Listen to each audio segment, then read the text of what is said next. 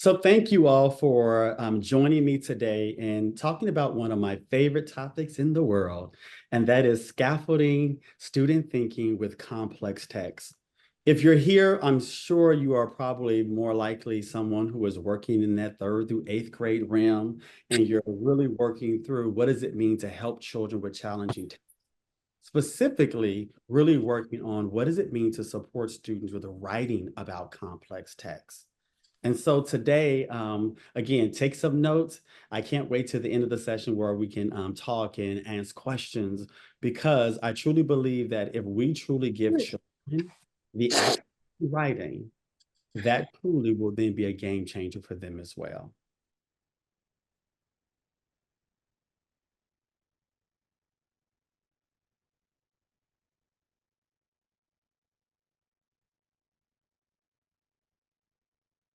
So I've had the privilege of engaging in many learning walks. Some of you all may know these learning walks as teacher evaluations. Some of you all may call them classroom observations.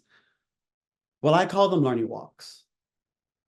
And I call them learning walks because this gives me an opportunity to truly capture the student learning experience and even get an insight into how is teaching and learning happening across our nation.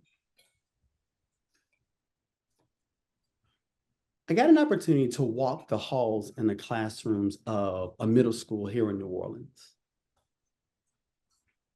As you're looking at this particular sample, I'm sure you can see that I noticed that this particular middle school child is struggling with internal vowels. As I peered over another student's shoulder, I realized that this particular 5th grader is struggling with illegibility, is struggling with, as you can see, spelling. And then how about when I went into a classroom, and this classroom was 7th grade, and I sat back.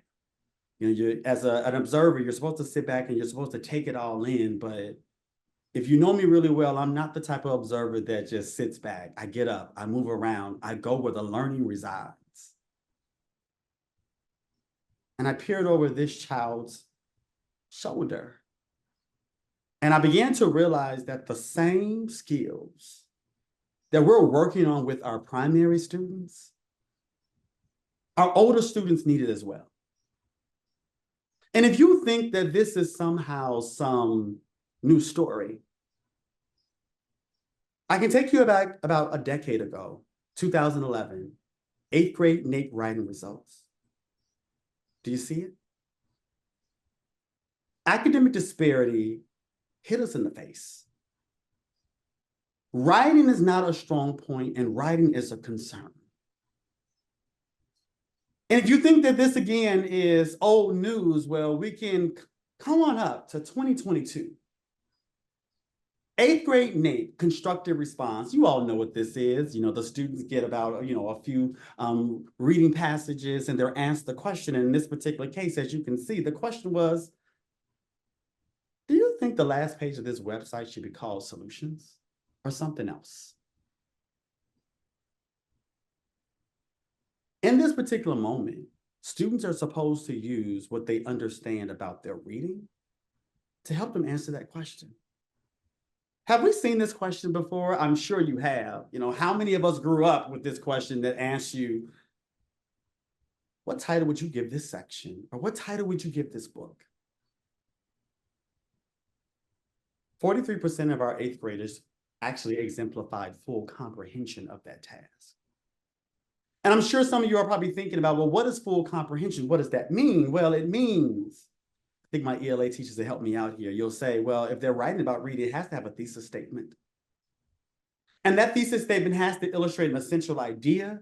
It has to include argumentative language, and it has to give the reader a framework, a roadmap of what the piece is going to be about. I'm sure you all have asked this question before. What's the central idea of the story, right? And you were expecting this type of thesis statement. Human activities have led to the widespread destruction of animal habitats driven by deforestation, urban expansion, and industrial pollution.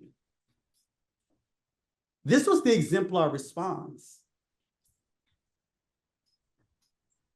But this is what classrooms are getting. It's almost as if our students are confused between what's a topic sentence and a thesis statement.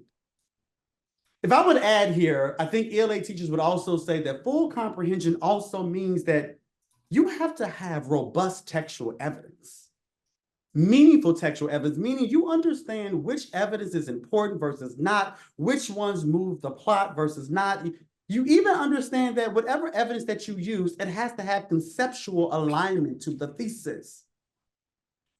And if you're an older grade teacher, you're probably saying to yourself, you know what, I also want precise language. I don't want just children just retelling the story and giving generalized summaries. I want them to capture the academic language of the text as well. Although we have this success criteria, how many of you have found yourself in this situation that when you ask children for textual evidence, this is what happens, right? The evidence is in the ballpark, but it's not on base. I would add one element to what full comprehension looks like in writing. And my ELA teachers, would you agree with me? It's elaboration. And this type of elaboration is different because so often when elaboration comes up, people keep talking about adding more text details and text details and text details. No. In the ELA classroom, elaboration truly means this is the time where you're supposed to be showing me your reasoning.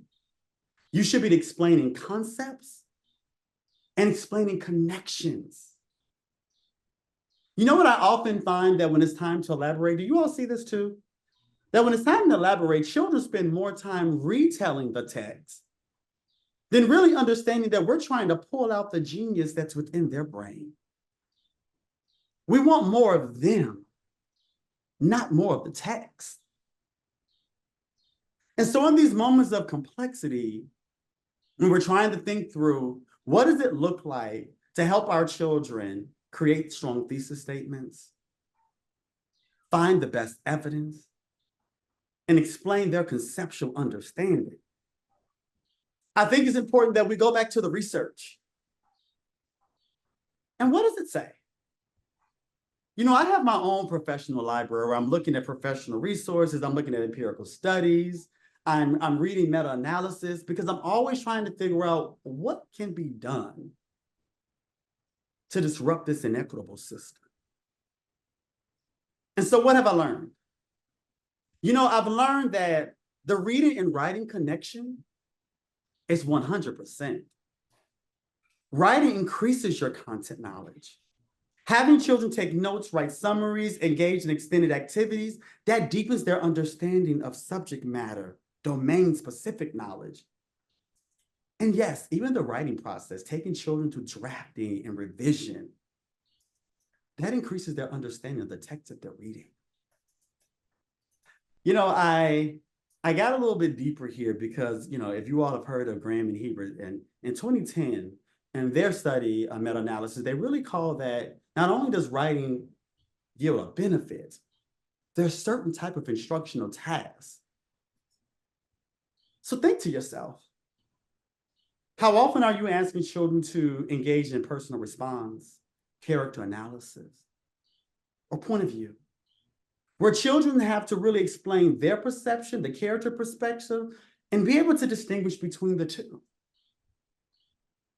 And you know, as I sat back and really reflected on this research, I began to say to myself, if we're really going to help children with writing about reading, it's not just a transcription issue.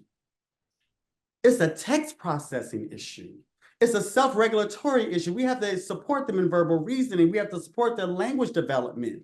Because if we really truly want to build skilled readers and help them write about reading, we've got to understand this reading and writing connection. And here's the big aha moment that I had after really reflecting on all what I was reading. that much of writing feedback is actually reading feedback. And so if that is true, that means I also had to consult, what do we know about reading instruction? And that means that when I'm helping children write about reading, I also have to take them through the cognitive processes to construct meaning. We now understand that comprehension is a dynamic process in which the reader extracts and constructs meaning. But as practitioners, we have to take them through these processes, from lifting the words off the page, to think about what the text is saying, even adding their background knowledge to help them make sense of ideas. And then, yes, that micro process of, what are you taking away? Not only do we have to understand those cognitive processes, we also have to understand what we know about what it means to help striving readers comprehend text. You all know that syntax is important, helping them with summarization, fluency, and vocabulary. That means that truly that if we're going to help children write about reading, these strategies have to come to bear as well. So if I were to add another point, because I'm talking to teachers who are in upper grades, right? That means that not only do you have to attend to basic literacy, like multisyllabic instruction, not only do you have to attend to intermediate literacy, like content area literacy, where you're using, comprehension strategies so that children can actually acquire knowledge of subject matter, acquire that subject matter expertise. Our upper grades teachers also have another challenge, and that is disciplinary literacy. That means in the ELA classroom in middle school and high school, that means that, guess what? Not only do you have to do all these things, you have to give children the tools and the dispositions of the content area. What does that mean for ELA? I'm sure some of you all's classrooms look like this, right? You have all the literary devices, posters on your wall, because you know that is the thing that we do in ELA. When we elevate a book, we ask children to look at the imagery and the satire. We ask them to analyze the writer's craft. And as we engage them in rereading the text and thinking about the text and all those academic discussions, we then consolidate that experience with having them. In today's world, we're typing, right? We're having them type responses in which they do have to think about how text illustrates social and cultural aspects of the human experience. So I think it's quite clear that in the ELA classroom for secondary literacy, our work is challenging because reading deeply complex literary texts is the space where we wrestle with ethical dilemmas that humans experience. And so because this work is so challenging, it truly means that not only do we have to understand literacy, we got to understand how we're going to scaffold children through those complex texts. And so instructional scaffolds become very paramount in this work. And so what's a scaffold? Well, scaffolding is a process that enables a child or a novice to solve a task or achieve a goal that will be beyond his unassisted efforts. Take a moment and reread that.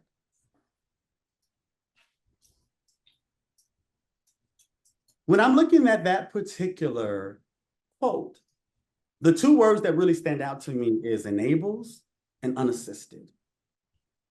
Because it reminds me that the ultimate aim of scaffolding is that you are enabling a child to master something beyond what they ever thought they could do.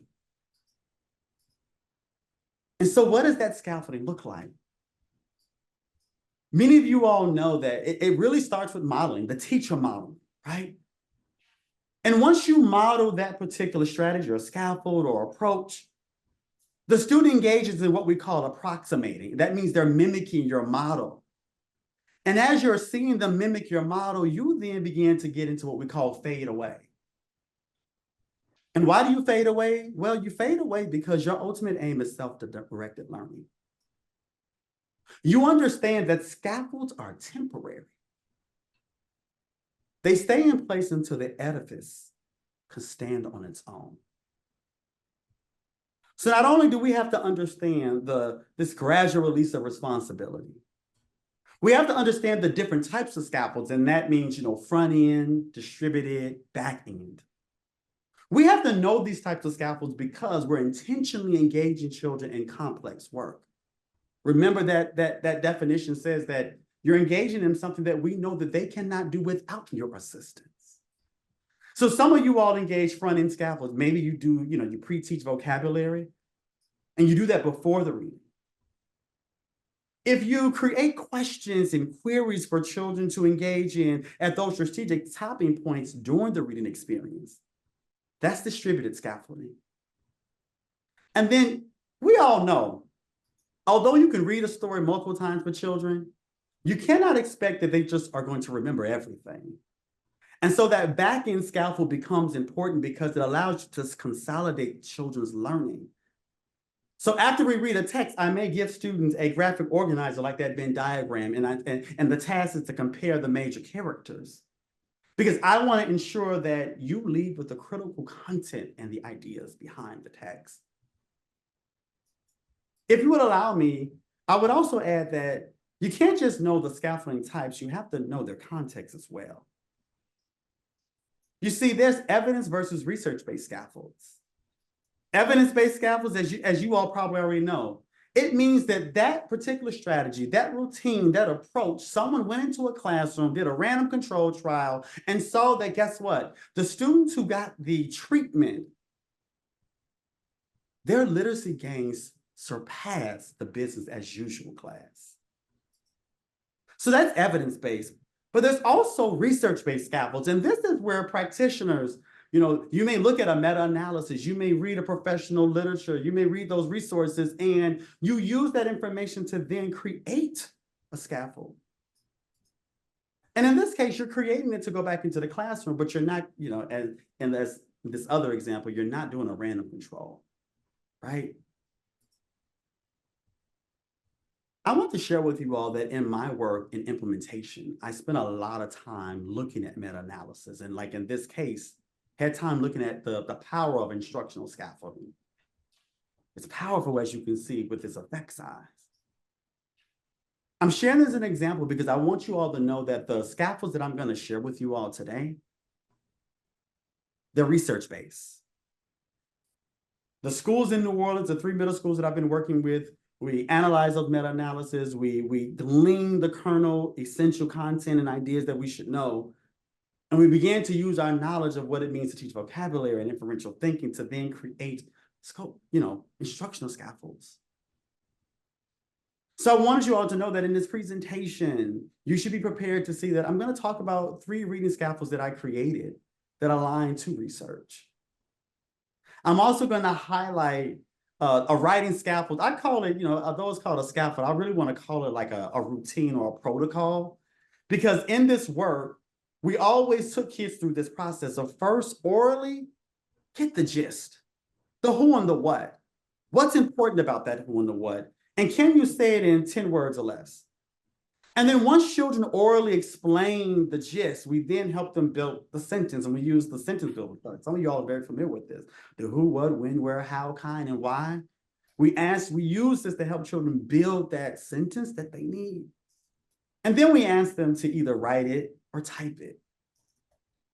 And so you're going to get to see that I brought those 2 pieces together, the reading scaffolds and the writing scaffolds, to really create what I call this writing-reading feedback cycle. A cycle that says, as a practitioner, your number 1 step is to analyze student writing samples to assess their level of understanding. You then, number 2, take them back to revisit the complex text that you know that you're going to have to support them with, deepening their understanding. Number 3, you then use a reading scaffold to help them navigate that complex text. And then you tie it up with a bow with the writing scaffold. So I'm going to share with you all this reading-writing feedback cycle, and hopefully you all are going to see that it's multi-component. It embraces the reading-writing connection. And it creates an experience where children really get a thorough scaffolding experience that should help them with their expressive language. So let's dive in a little bit here. We're going to go into an ELA classroom. As you see, we have some books on the table. The text that we're going to really explore and use for illustrative purposes for this presentation is Black Beauty. Some of you all may have read this already, right? And I want to take an opportunity now that before I just start showing you writing samples and showing you our process, it's important that you actually understand what the children were actually reading about. So, step into my classroom, engage in this shared reading experience. He must never start at what he sees, nor speak other horses, nor bite, nor kick, nor have any will of his own, but always do his master's will, even though he may be very tired or hungry. But the worst of all is, when his harness is once on, he may neither jump for joy nor lay down for weariness.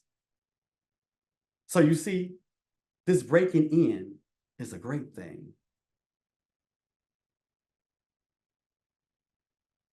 Those who have never had a bit in their mouth cannot think about how bad it feels. A great piece of cold, hard steel as thick as a man's finger to be pushed into one's mouth, between one's teeth, and over one's tongue, with the ends coming out at the corner of your mouth, and held fast there by straps over your head, under your throat, round your nose, under your chin, so that nowhere in the world can you get rid of that nasty, hard thing. It's a very bad thing. Yes, very bad. At least I thought so. But I knew my mother always wore one when she went out. And all horses did when they were grown up. And so with the nice oats, and what with my mastered pats and kind words and gentle ways, I got to wear my bit and bridle. Next came the saddle. But this wasn't so half as bad. My master put it on my back very gently, while old Daniel held my head. He then made the girths fast under my body, patting and talking to me all the time. Then I had a few oats, then a little leading about. And this he did every day until I began to look for the oats in the saddle. At length, one morning, my master got on my back and rolled me around the meadow on the soft grass. It certainly did feel queer, but I must say I felt rather proud to carry my master. And he continued to ride me a little every day. I soon became accustomed to it.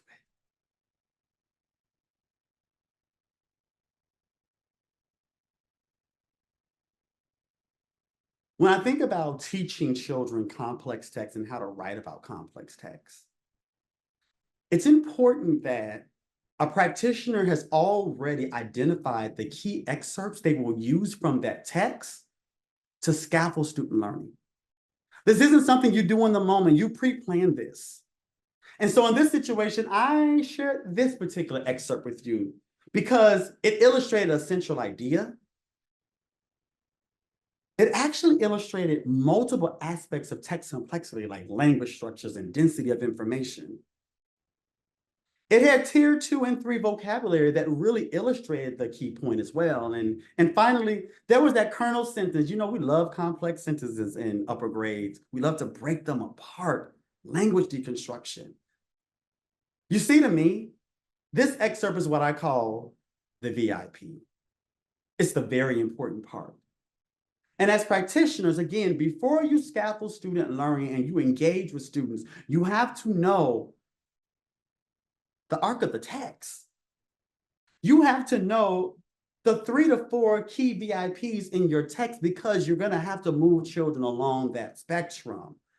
From the beginning of explaining the bridle process, to then the bit and bridle, to then that end part where he is really having that moment of dissonance, right? But not only do you have to know these key moments, you have to know the ideas that's behind them. Subservience in the beginning. The torment that Black Beauty felt when his master was putting this bit and bridle over him. And the dissonance of, I don't like the way this feels. but I love my master.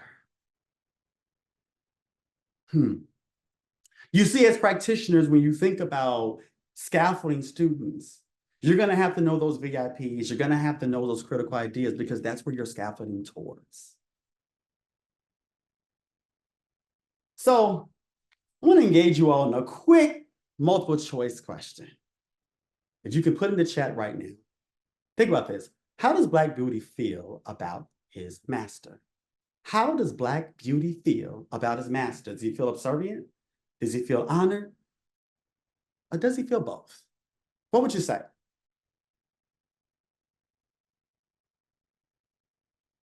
The answers are coming in, and so many people are saying what I was expecting you to say. Yes, it's both. He's experiencing both. Keep that in mind as we go through this activity. Because now I'm going to take you into my New Orleans experience. We're going to look at some samples, and we're going to see how this writing, reading, feedback cycle takes root. Look at what we asked the children to write about. What is Black Beauty's perception of his relationship with this master? Sounds very similar to that multiple choice question you all just answered, right? This is what we asked them to answer in. And interesting enough, here's one of the samples that really illustrate what we saw. Black Beauty's perception of him and the master's relationship is they are really close because Black Beauty thinks he's supposed to be treated the way the master is treating him. Think for a second. Based on what we read, what we understand, how we even answered that multiple choice question, what is missing from the student's response? I'm sure some of you are already thinking, it's missing this concept of a paradox. You all know what a paradox is. It's that situation that appears to contradict itself and yet still may be true. For example, all of my parents out here, have you had this experience where you and your child, y'all are angry at each other, but you know, at the same moment, I'm angry, but I love you. I'm angry, but I love you. Two things can be true at the same time. And so think about this story about what is the paradox in Black Beauty's perception of his master? That's what we wanted children to say. We wanted them to truly get to that there's a contradiction here. There's two things that are true at the same time. They don't make sense, but they do make sense. It represents the complexity of life. So, as you can see, if we go back to this sample, they were missing the paradox. And so that meant for us that we needed to truly engage them in revisiting the text. You see step 2, complex text, but step 1 is truly assessing the conceptual understanding that this child may have. And so now that we understand the paradox is not there and they don't understand that piece and is not included, we then take them back to the text so they can re-examine it. See what that looks like. One of the scaffolds that I created was called connecting the textual dots. So this is how it really truly works. It really helps you with the thesis statement. You want to get children to understand that to create a thesis statement, they have to look at multiple pieces of evidence, multiple VIPs, and they have to see the connections between those VIPs. That helps them create the controlling thesis, their assertion for their writing piece. So this is what we did. I leveraged what we all understand. You all know about sentence combining, right? Remember, sentence combining is all about if kids have two ideas, you got to show them these are two ideas, and you got to make them see that they can join them together with a conjunction. So that's what I did with students here. We had to make them see that there are going to be two VIPs that are truly two different ideas, you all. And once they get to those critical ideas, we then ask them, okay, well, how are these two events connected?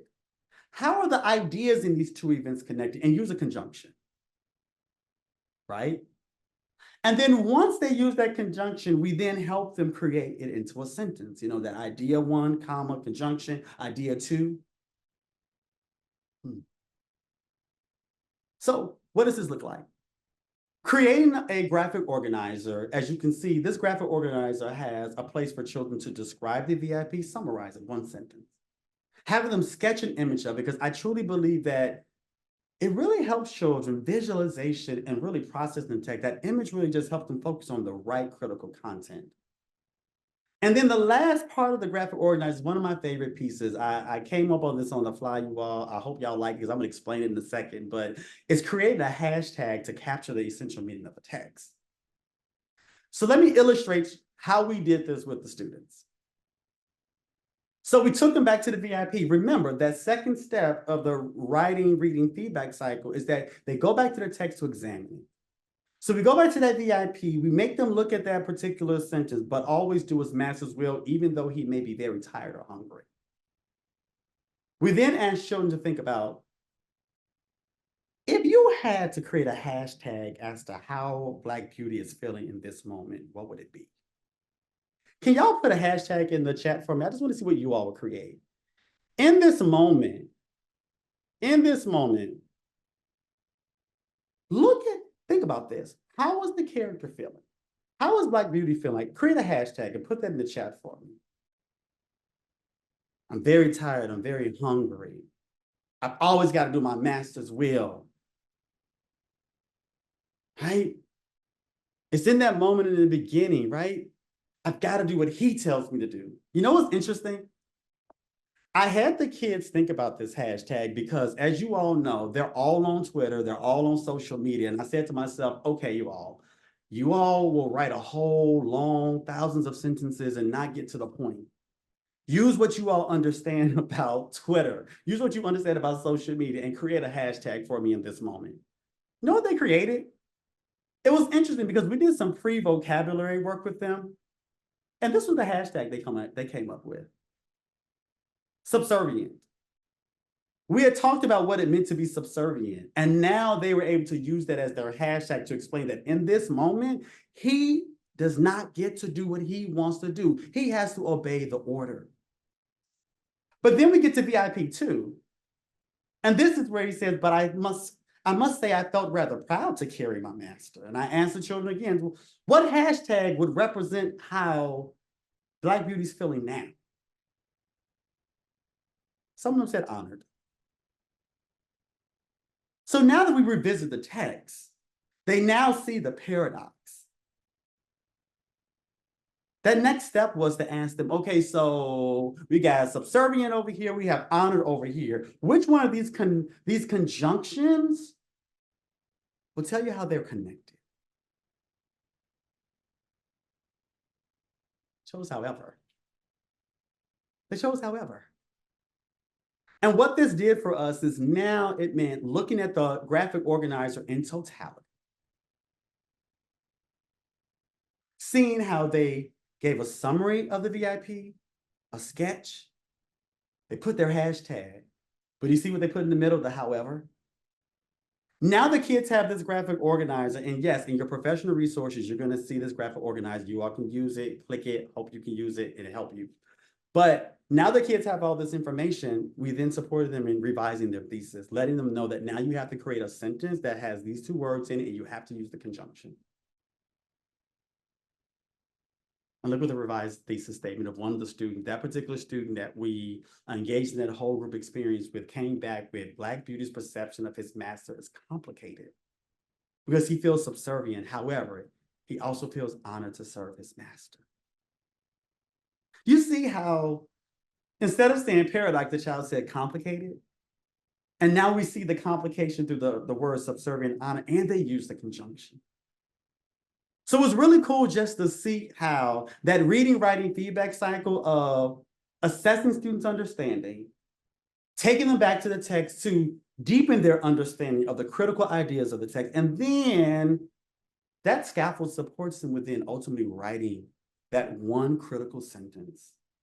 Remember, I keep telling you all that I think oftentimes, instead of us always trying to write the whole paragraph, we need to also focus on how are we getting kids to write their kernel sentence that really describes the major point that represents the genius that is within inside of them. So that was that one strategy, and that really helped with the thesis statement. I'm going to now move you all to another strategy. This is the fun one for me because it's scaffold number 2 and it's make the rule. So Make the Rule is all about helping children choose the best textual evidence, meaningful textual evidence, evidence that is conceptually aligned. So what does that mean, make the rule, right? I think the first step that we have to think about is, what do children need when it comes to doing this particular strategy? So here you get to see this sample. I'm sure you all see that the thesis statement now, y'all happy, like now the kids all had that paradox in their thesis statement. Thank you, thank you, thank you, right? So now they know that this student is saying that the thesis is controlling and it's a custom. Those are the two key ideas. But look at this child's text example. The child then says, my master got back on my back and rode me. The other part is, the part in the beginning of the story where he talks about that breaking in is teaching a horse to wear a saddle or a bridle. Well, I think it's kind of obvious here that, is this the best evidence? It's not. It's not conceptually aligned, right? It's not getting to the VIPs that really show a custom, that really show controlling. And so this meant we now understand that in that first stage, we can now call out that our children may not understand or have a limited understanding of what does it mean to really choose textual evidence that aligns to controlling and a custom. So let's take them back to the text. Let's take them to VIPs that really illustrate a controlling example and a custom example. So we did that. But a part of this process was making the rule. And here's the strategy. You've got to choose the key idea that you are truly trying to choose textual evidence about. So in this case, controlling, a custom. Those are the key ideas. Step two, you then help the children think about, well, what's the rule? What's the definition? What's the characteristics of that key idea? And then once children create those characteristics, they then use the characteristics to rate their evidence. So let's take a look. So if the students claim, again, one aspect is controlling, one aspect is a custom, that means the first step of this process is help them make the rules. What does it mean to be controlling? So the kids helped us come up with, like, it means you make decisions, you have dominion. They were looking at all different kinds of synonyms, you all. Give directions, jurisdiction. You create the guardrails. We then asked them to do the same thing with a custom. We created this classroom rule list, and we said a custom means you accept your fate. Maybe you understand your reality. It becomes a habit. It's becoming second nature. You may be blending in, or it was interesting when one child said camouflage, right? That when you become accustomed to something, it's like you're just blending in and nobody can see you or see the real you or how you really feel. So the next step of that process was, okay, students, use this criteria. Look at your existing evidence. Remember the child said, the master got on the back and rolled me around the meadow? We then asked the children to check off which one of these criterion does this evidence align to. And the kids really called out the habit piece, right? But these other aspects of a custom didn't show up. So what does that mean we have to do? We need to take them back to a VIP. You all remember this one? With the nice oats and my master's pat and his gentle ways, I got to wear my bit and bridle. This was the moment that he begins to think about, his family and other horses and how they just had to deal with it.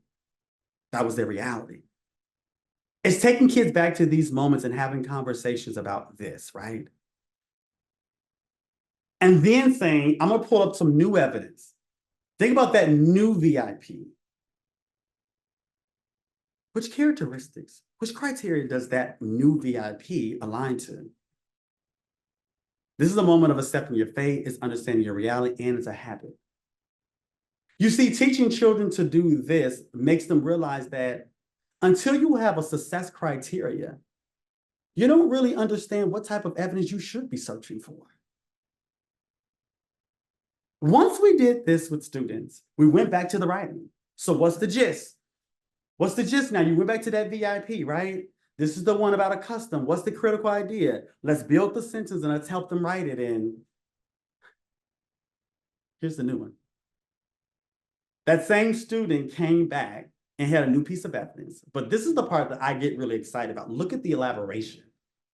The evidence shows the master's control over the horse, compelling him to become accustomed to wearing the uncomfortable bit and bridle. This is not language that was showing up before.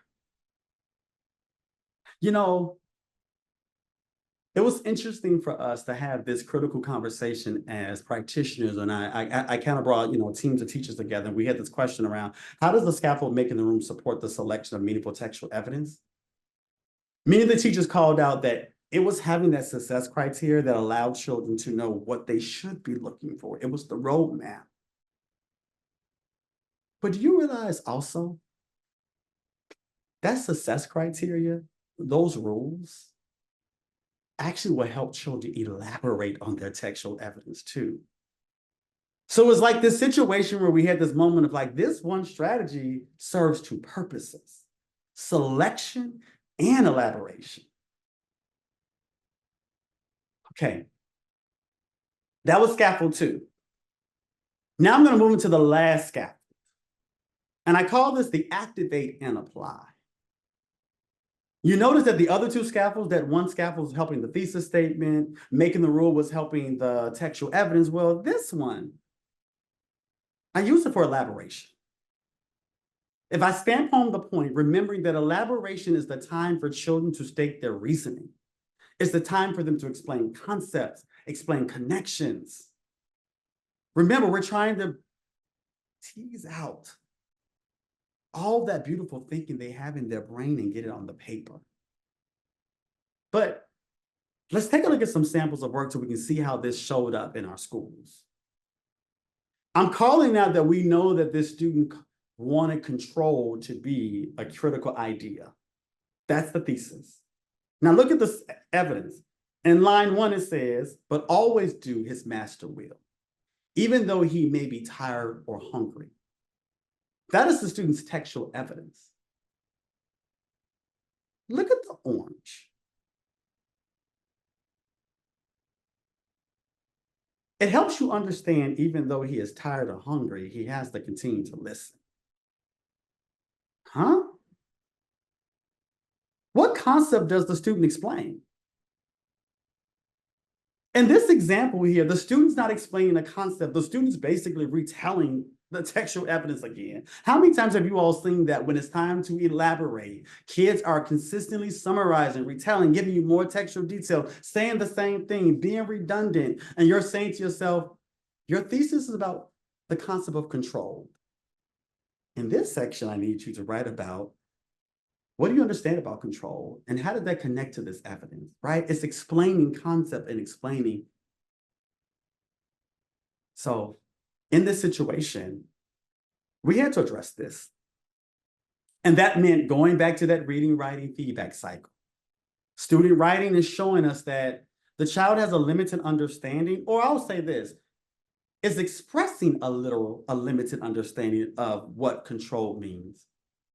And so that means going back to the complex text again, have them revisit so they can really think about how control, that concept, is being illustrated in the text.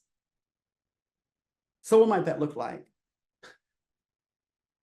It's funny because I thought this would be an easy task, but when I really sat back and realized, I said, before children, when it's time to elaborate, if we're going to help children explain concepts, we're going to help them explain, these connections, we need to build their conceptual understanding of the concept, of that abstract idea of a custom, of controlling, of subservient, of honored. That means they have to internalize the new concept, connect it to their prior knowledge, because we all understand that when children can connect new knowledge to what? Prior knowledge, it sticks. Then once they have that frame, we go back into the text and we analyze textual clues. Once we analyze the textual clues that align to that bigger concept or that bigger idea or that central idea, we then engage students in the synthesizing process. So what might that look like? We started with concept mapping. This is the time where you said, okay, so in your particular thesis, you said control was the major concept. We expected you to explain that, you didn't. So now let's work with you so that you can create a working definition of what that is. You can create a success criteria.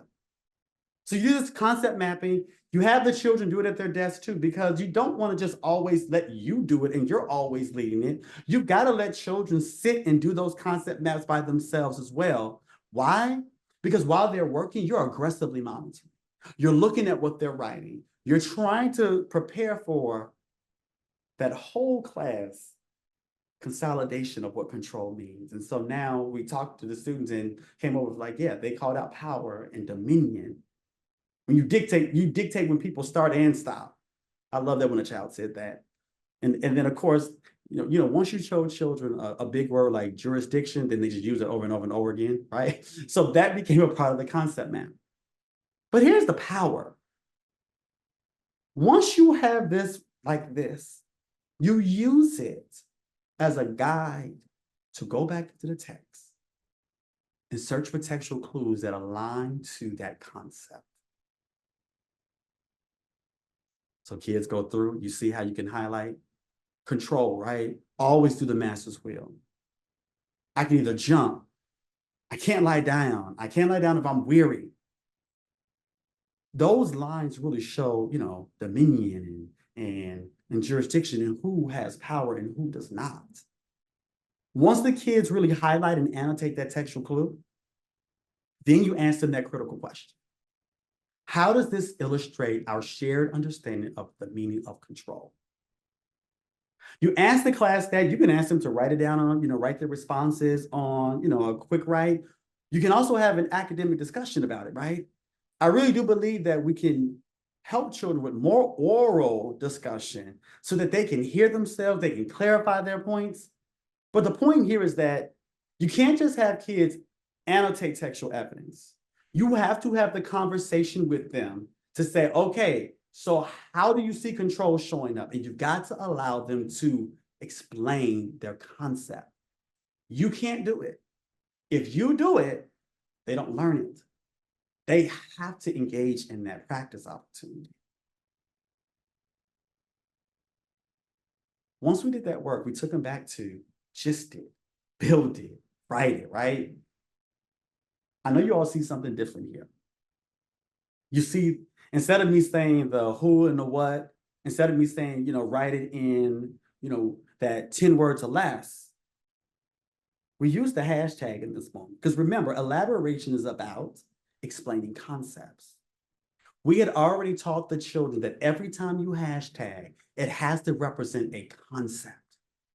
So now, after we read this text, what should they be hashtagging in that section? Control. Control, that's the concept. And then we work with children on, now let's build that statement about who was controlled. Why did they feel controlled?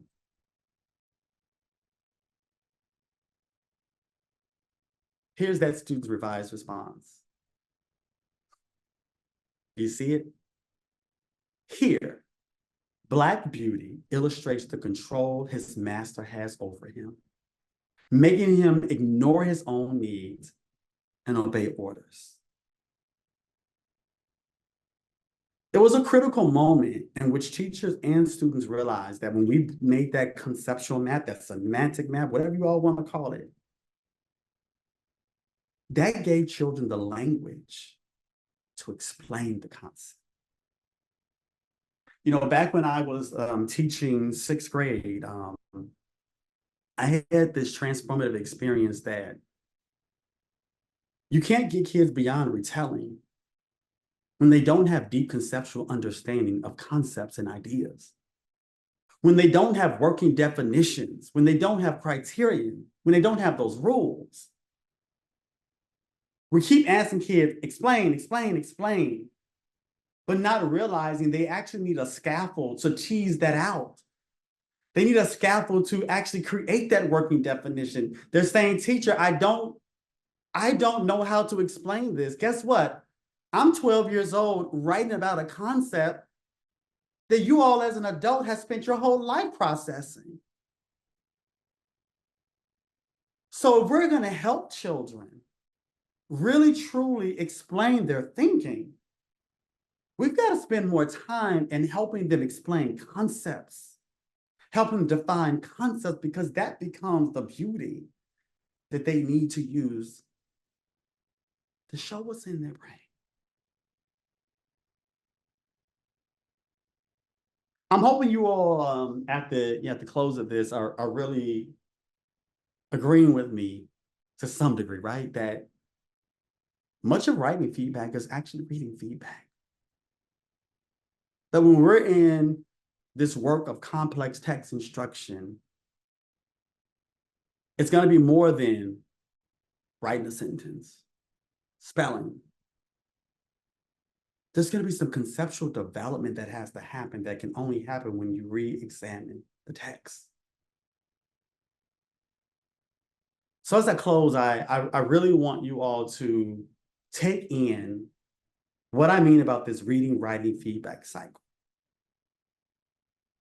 I hope that you all see that this process can be helpful in ensuring that you actually take children through the thinking dispositions needed to illustrate their ideas.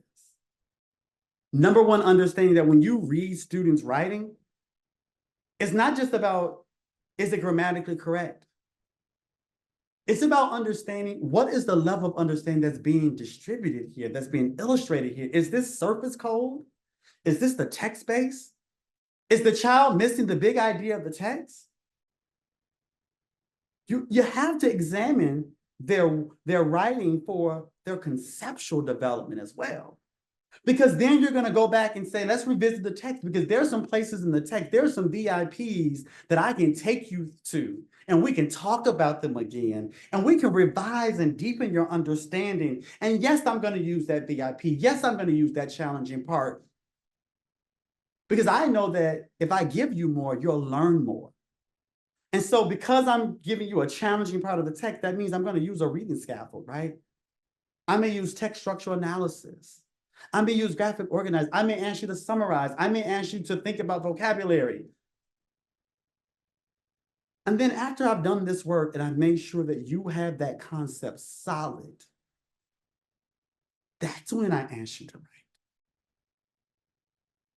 I can't tell you all enough how often I really think that we're asking children to write too soon. We're not taking into account that these ideas that they're writing about, they're deep ideas. They're ideas that many of us as adults, we're still processing. And so our children are going to need our help. And I would also push you in this moment to think about this too. It's not about using, the strategies that I created, like connecting the dots and making the rule. It's about remembering a famous line, and I really love this quote by Dr. Louisa Moulds, where she says, "The best insurance against reading failure is an informed teacher." So as you learn more about reading instruction, as you learn more about writing instruction and what works, as you consult empirical studies, as you consult meta-analysis, as you read professional literature, you then have the instructional power to actually embed these scaffolds into this process, your own, and watch your children take flight. I thank you all so much for engaging with me today. The professional resources that you're going to find online, contact me, LinkedIn, Twitter, Facebook. I love to talk. I love to chat. I just love to nerd out on literacy. But also, you're going to see that the graphic organizers that I showed you all in this presentation, they're there. And then the writing and reading scaffold, this is an Excel spreadsheet that if you're really interested in, okay, so what meta-analysis did you read, Mitchell, that helped you think that through? I'm citing those in there as well. So again, I want you all to, get into those professional resources. If you use it, hit me up, let me know how it went, because I'm always trying to learn, because I truly believe in this implementation work, iron sharpens iron. And if I leave you all with nothing else,